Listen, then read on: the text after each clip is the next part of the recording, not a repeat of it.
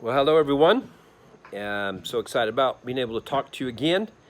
And I'm a little slow getting to these 7 mountain questions. I brought up, I think, about a month ago that I was going to be going through some questions, controversies, questions about the 7 mountains. And we addressed question number one, I think it was around a month ago, and we have it on our YouTube channel.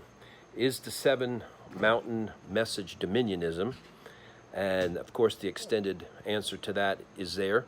But what we're essentially pointing out here, and I'll just say here, it's no more dominionism than Jesus' very first message when he said, "You are the salt of the earth, you are the light of the world." And so the responsibility to be salt and light is essentially how we explain the 7 mountain message. The 7 mountain template is essentially the breakdown of how this happens. And so under no possible way of looking at this can this be anything else other than fulfilling the first message of Jesus, one of the first statements he made to us about our assignment, our accountability to bring him into every area of society, and that we would be good for nothing but to be trampled upon and cast out if we did not fulfill that role. So the second question, just to get right into it, is the 7 mountain mandate elitist?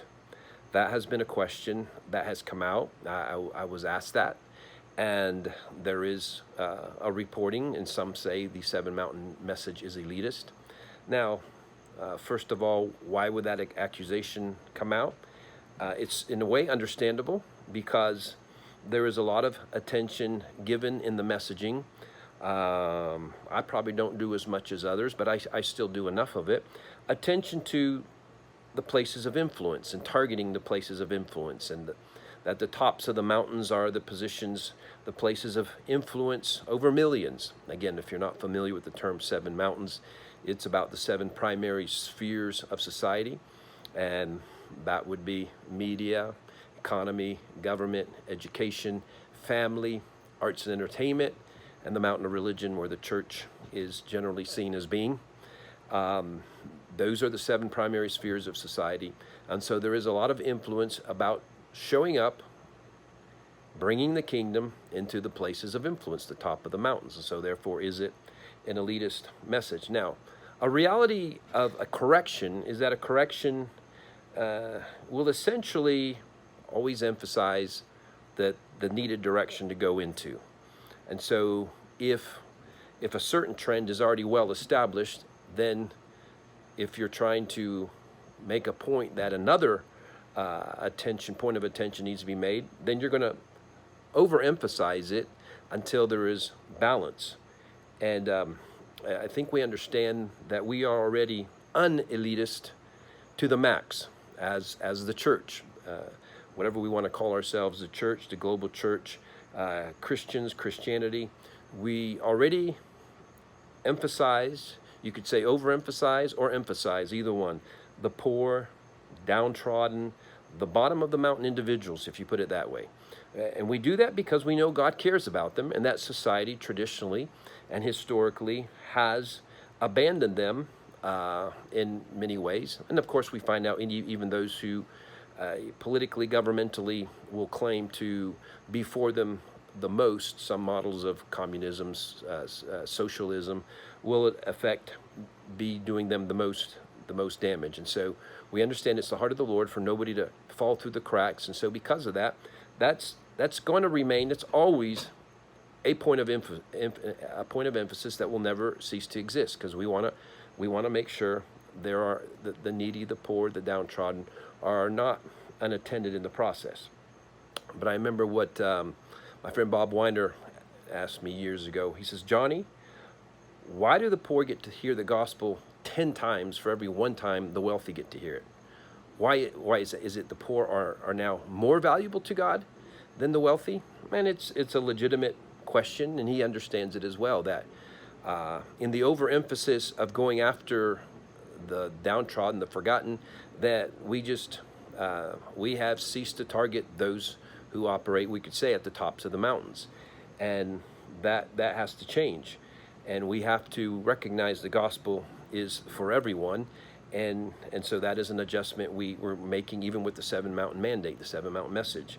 It's interesting, a few years ago, I went. I was invited to a major ministry, and we went to their top 100 donors. They had a 3-day event where this major ministry tells the top 100 donors about what they've done, and then at the end of the 3 days, they essentially ask them to re-up. And based on the report that they've given them that year, to show the top donors that they have been good stewards of their money. And it was amazing, as I noted to myself even then, and as I would acknowledge even now, that the outcomes, for instance, the outcomes were salvations. This particular ministry had over 1 million conversions in the previous year, and they had built orphanages and helped out with orphanages. They had fed the poor. They had dug wells, water wells. There had been handouts for toys, handouts for Bibles, but absolutely every single one of the outcomes was a bottom of the mountain outcome. Every single one. And again, it's okay. We're not supposed to abandon that. But for instance, if we just jump to the opposite side, if those who know the name George Soros, the Open Society, and the really billions of dollars he's putting into it, he targets the top of the mountains. And he goes after the things that steer and force the outcomes that we then deal with later on. He's the one that implements, I don't want to say he as in Soros, but the money that comes into these structures and systems. They operate at the top of the mountain, creating realities, and often very bad realities, for entire nations.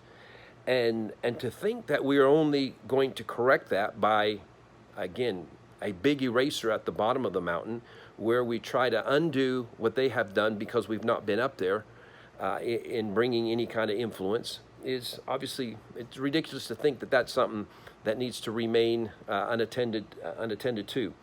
And so we've had this tendency to not show up at the tops of the mountains. And again, I know this, the top donors, we don't lack millions and millions, and actually billions and billions of dollars.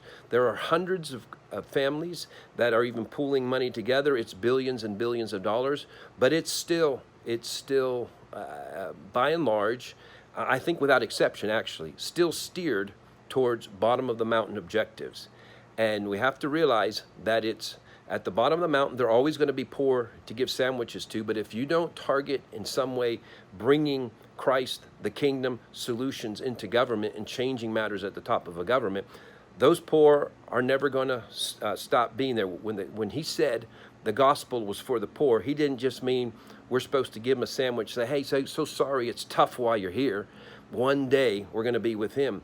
No, the kingdom is to come and change realities. I could go into a personal testimony of how the Lord has used us in a nation where we were able to bring the kingdom in a practical way to government, and it shifted and changed everything for the whole region to the place the United Nations calls it a miracle, what has happened. And we didn't give one sandwich there. It wasn't lack of desire. We really didn't even have funds for that, but we did have a word of the Lord from the top of the level of the mountain, we could say, and our interaction at that level helped change things from the top. See, it's from the top that even sewage will come down to the bottom that we later have to deal with. So I just wanted us to be aware of that reality, and just think as well.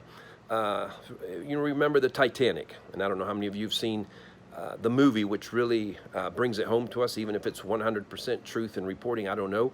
But there's something about observing the Titanic, and I remember how it hit me as I was watching the movie, because as we're watching the movie, the Titanic is now sinking, and you have the band, the orchestra continues to play, and there are things starting to slide. They're clearly lopsided. Things are sliding into the water, and they keep playing. And there's song came out of it, and the band played on, and so. It was, I began thinking even as I was watching it, wow, this is often how the church is. We're going to do our part, even if everything is falling apart, our cities, our nation, society, we're just going to maintain our part here. And we view ourselves as the band or the help.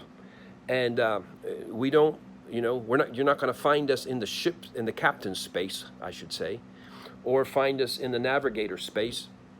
And again, now, for those who would believe that if you target that, it's elitism, you can see what a fallacy That is, we have to be aware who's on the steering wheel of the 7 mountains of society. And again, this is not our idea. This is not an elitist concept. He told us in Deuteronomy, as you go into the promised land, you will be the head, not the tail. And the reason we're supposed to be the head in that kind of sense is not for any kind of elitist purposes. It's supposed to be somebody has to be at the head who cares about his way of doing things. Somebody has to be there who's representing the kingdom, wants to see the kingdom advance, and wants to see solutions for the people. Somebody who's not in it for themselves. That's why there would be a desire to be God's people there. If God's people are there and they have a desire for themselves, then they've blown the whole purpose. We're supposed to be those who seek first the kingdom of God, his righteousness, his objectives. But hopefully this helps in some understanding of, is the 7 mountain message elitist? It is not. It is just completist. But in that, we recognize we have to have presence. We have to have solutions. We have to bring the kingdom to the poor, to the traditional role that we know about, but we also have to bring it to the tops of the mountains so that we can be a part of steering cities and nations. Isaiah 60 says, nations will walk to the light of the sons of God. How can they walk to our light if we're only at the bottom of the mountain, bottom of operations? We have to be in position. It's not just about Christians, it's kingdom-minded people. And that's for a whole nother conversation, because sometimes kingdom-minded people aren't known so much for their Christianity, may not even at that moment claim Christianity, but it's more important to be kingdom-minded. It's more important to be about him and his kingdom showing up in society. Anyway, hope that was helpful, and we'll get to a next 7 mountain question coming up real soon as well.